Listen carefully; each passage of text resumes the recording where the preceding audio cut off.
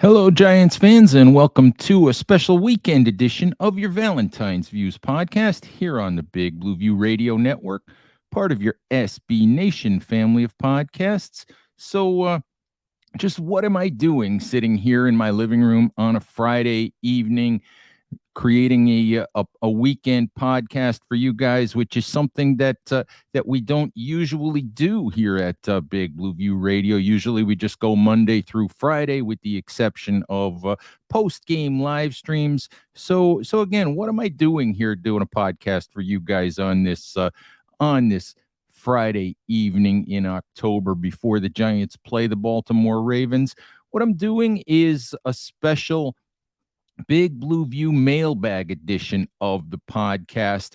Got quite a few questions to the Big Blue View mailbag, which posts at bigblueview.com every Saturday morning. And while I'm here, if you have a question for the mailbag, please email it to bigblueview@gmail.com. I'll get to as many as I can. I'll get to the best ones I can. And we do that every Saturday morning on the website. And what happened this week is we have pretty much an overflowing mailbag. Spent more than 2,000 words, almost 2,500 words answering mailbag questions this week, and still had several questions that I wanted to get to. So I thought we would do an audio video version of the mailbag. If you're watching on YouTube, please like, share, subscribe there. If you're listening across the Big Blue View Radio platform, please subscribe wherever you listen to podcasts. Drop us a rating or a review if you can. We always appreciate the feedback. So what I thought I would do, as I said, is do a little audio mailbag for you guys. Got a lot of questions regarding the idea that the Giants at 4-1, surprising 4-1 entering the weekend, asking if they could possibly actually look to add players at the upcoming trade deadline, rather than look to perhaps, move a couple players and add draft picks, for future draft capital. And the one question in particular that I really want to read is a question from reader Jesse Sorrell, who asks his question and sort of frames his argument this way. Jesse writes, when the season started, it was known throughout the football universe that the Giants were in a rebuilding year, getting rid of players that were too expensive, not part of the coordinator's schemes, or just not the coach's type of guy, then figure out what players they would keep moving forward, and that winning games maybe wasn't the top priority compared to figuring out the quarterback position. Jesse says maybe behind closed doors, the Giants and Joe Shane never thought they would be 4-1. They've been making moves for next year and beyond. With that being said, do you think now at 4-1 that the Giants will start trying to trade some draft capital for a cornerback or a wide receiver and try to make a postseason run this year? What do you think those moves could look like, since this was supposed to be a rebuilding year and they have no money? And are there any intriguing players on bad teams like the Steelers or Panthers who wouldn't cost high draft capital? In addition to those questions, I also had questions this week. One from John McGruther regarding the potential of trading for Commanders cornerback William Jackson, and another question earlier in the week about the possibility of trading for Carolina Panthers wide receiver DJ Moore. That question came from Simon Hines. And John and Simon, I'll get to both of those players in the course of answering Jesse's question. And the way that I have to frame this is, look, at Big Blue View, we also do an SB Nation Reacts poll. And it was really, really interesting this week. A week ago, when the Giants were at 3-1, we asked the question of what number of wins it would take for Giants fans to consider the season a success. And we framed it as 6-8, 9-10, or 9 to 10 and 11 or more. And 69% of our voters said that they would be happy. They would consider 6 to 8 wins a successful season. Well, now with the Giants at 4-1 after upsetting Green Bay, we ask the same question. And our voters flipped that on its head with 60% now saying that in their view, the Giants have to win at least 9 games this season in order for it to be a successful season. And what I have to remind people is what I've said since the springtime. This 2022 season is not necessarily about winning. What Joe Shane and Brian Daboll are doing is not necessarily about 2022. They are evaluating what they have on the roster right now, Daniel Jones and several of the other players on the roster. They're trying to figure out what they need going forward. They're trying to clean up the salary cap situation. They're trying to figure out, whether guys like Kenny Golladay and Kadarius Toney and several other players, can be part of the future. Joe Shane's free agent moves in the offseason were mostly 1 year, low-cost deals. A lot of guys he signed who won't be Giants next year. So everything that Joe Shane has done is not necessarily about 2022. It's about getting through 2022, making it as competitive, as good as possible, which is something he's said a number of times, and setting the Giants up for long-term success beyond the 2022 season. It is critical right now that Joe Shane and Brian Daboll don't get fooled by this 4-1 record. It can't be. They can't all of a sudden begin to start making moves and thinking that what they have here is a Los Angeles Rams type team that can start giving up draft capital and acquiring veteran players and going for broke here in 2022. First of all, they're not in a salary cap position to do that. They have $3 million in change in salary cap money at this point. They don't have the money to go out and start acquiring big time veterans. They're not going to be able to sign Odell Beckham because he's not going to play for the minimum amount of money. He can talk all he wants. He can keep the Giants on the hook. He can keep Giants fans interested, but Odell Beckham is not coming to New York. I will be shocked if that happens. I think that Odell Beckham is going to go someplace where he knows he has an opportunity to get to a Super Bowl at the end of this season. And I'm sorry, Giants fans, that is not the 2022 New York Giants. It just is not.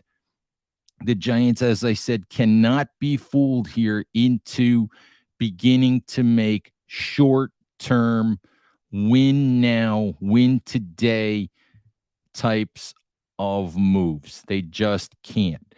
If the Giants can make a couple of trades at the trade deadline that make sense long-term, sure, you go ahead and you do that. But as I said, this is not a situation where the Giants are all in for 2022. Don't get fooled by this 4-1 record.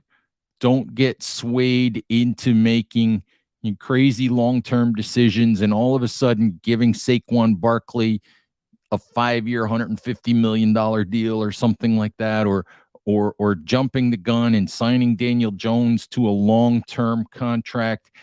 And don't start giving up critical top tier, first round, second round, third round, fourth round, the day 1 and day 2 type draft picks for short-term fixes.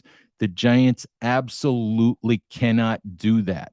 Now, one possibility that came up this week, there has been discussion that in the wake of the firing of Matt Rule, that there's a possibility, some people think that the Carolina Panthers are going to go into teardown mode. And there have been rumors, there's been a lot of speculation about the idea that the Carolina Panthers might be willing to trade wide receiver DJ Moore. If you read Big Blue View, you know that earlier in the week I came out in favor of the idea of trading for DJ Moore. And no, I'm not talking out of both sides of my mouth here. I'm absolutely not doing that because I do not look at the acquisition of a player like DJ Moore as a short-term type of move. DJ Moore is a number one wide receiver. He's 6'1, 207, 208, 210, somewhere around there. He's had more than 1,000 receiving yards the last 3 years. He's 25 years old. DJ Moore is signed through the 2025 season. And the way that his contract runs, DJ Moore's base salary for this season is just a shade above $1 million. If the Giants, for example, were to acquire him, they're basically paying whatever's left on his base salary for the rest of the season. And that's it. That's a salary cap hit that they can figure out how to take on. What happens with his contract, with the 2023 to 2025 portions of his contract. In 2023, the Giants appear to be in really good salary cap shape at this point. I'm not going to go and give you exact numbers because those things are so fluid. They change so much, and they'll change a lot between now and when they actually matter in the offseason anyway. But the Giants do appear in 2023 to be in good cap shape. So I'm not going to worry about Moore's cap hit, after the 2022 season. But acquiring DJ Moore, like I said, he's 25 years old. He's signed for 3 more years beyond this one. He can be a number one receiver for Daniel Jones or for whatever quarterback the Giants draft after if they decide to move on from Daniel Jones. He could be the number one guy for whatever young quarterback comes in and they try to develop.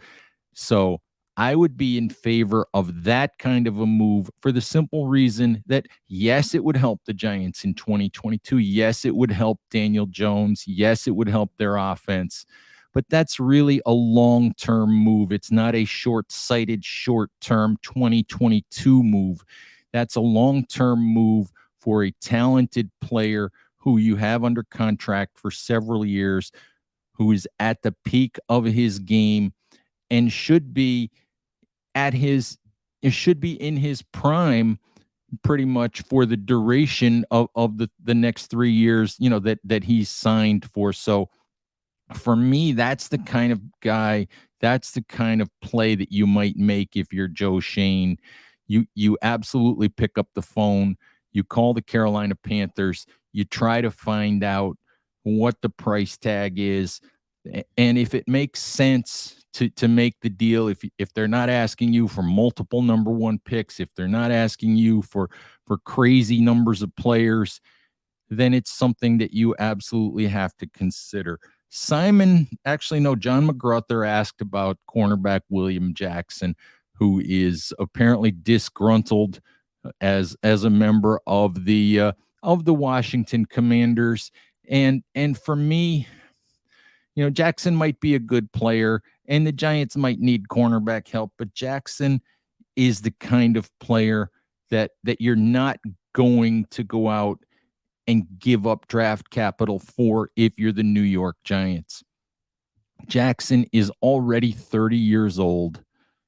I think his base salary for this year is $5 million, plus he has per game roster bonuses in his contract. It would be very difficult for the Giants to fit Jackson into their cap situation this year, but that's not even the point. The point is that Jackson is already 30 years old. Yes, he's signed through 2023, but he's only signed for 1 more year, and then he gets to go to free agency. And the Giants really shouldn't be in the business at this point in time, 4-1 record or not. They can't be in the business of trading draft capital for 30-year-old players who they may only have for one more season. Those are the kinds of guys you pick up. You pick up guys like Tony Jefferson, who was a street free agent. You pick up guys like Jalen Smith. You pick up those kinds of players off the street, veteran guys, might be a little bit older. You pay those guys a minimum salary, practice squad salary, then you bring them up, you pay them the veteran minimum for the rest of the season. You get something out of guys like that because you're building this roster. You need some players like that, but you can't be giving up draft capital to go out and get 30-year-old players. So I don't see a guy like Jackson as a guy the Giants should pursue, because that's a short-term, short-sighted 2022 move, and that's not the kind of thing that Joe Shane and the New York Giants should be doing at this point in time. So, Jesse, John, Simon, the point is that the Giants need to remember where they are, what they are, who they are, and what this is about. It's about building for the long-term future. This 4-1 start is fantastic. It's fun. It's been great to see. It's been great to see Daniel Jones play some good football. It's been great to see Saquon Barkley look like the Saquon Barkley of old, look like the 2018 version of Saquon, and sometimes look even better than the 2018 version of Saquon, just because of how hard he's run in the way that he's gotten some of that yardage. But the Giants cannot be fooled by this and suddenly think, hey, if we make this one move, we can contend for an NFC title, because that's not happening in 2022. This year is still about putting blocks in place to build for the future, to make decisions for the future, to build what Brandon Beane and Sean McDermott and Joe Shane and Brian Daboll and the rest of that staff were able to build in Buffalo. That is what the Giants are aiming for. And that is not about 2022. That's about 2023, 2024. That's about building a team that can compete for titles down the road, and one or two short-sighted, short-term moves this season is just not going to get that done. All right, Giants fans, that's all I've got for you today. I'll get off my soapbox on that particular issue. Please remember, as I said, if you have questions for the mailbag, please send them to bigblueview@gmail.com. That's the best way to get them to me. You can also drop them to @bigblueview on Twitter if you simply use the hashtag BBV mailbag, or even BBV chat if you want to, but BBV mailbag is probably the best way for me to identify those if you want to drop them to our Twitter account.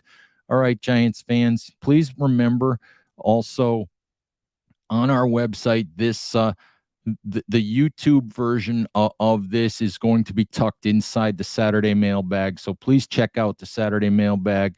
Please, check out all of our Giants coverage at bigblueview.com, on Facebook, on Instagram, on Twitter, on YouTube, everywhere where you want to consume Giants content. You can find a Big Blue View outlet to help you do that. All right. Thank you for listening. Please stay safe out there. Take care of each other, and we'll talk to you soon. Bye-bye.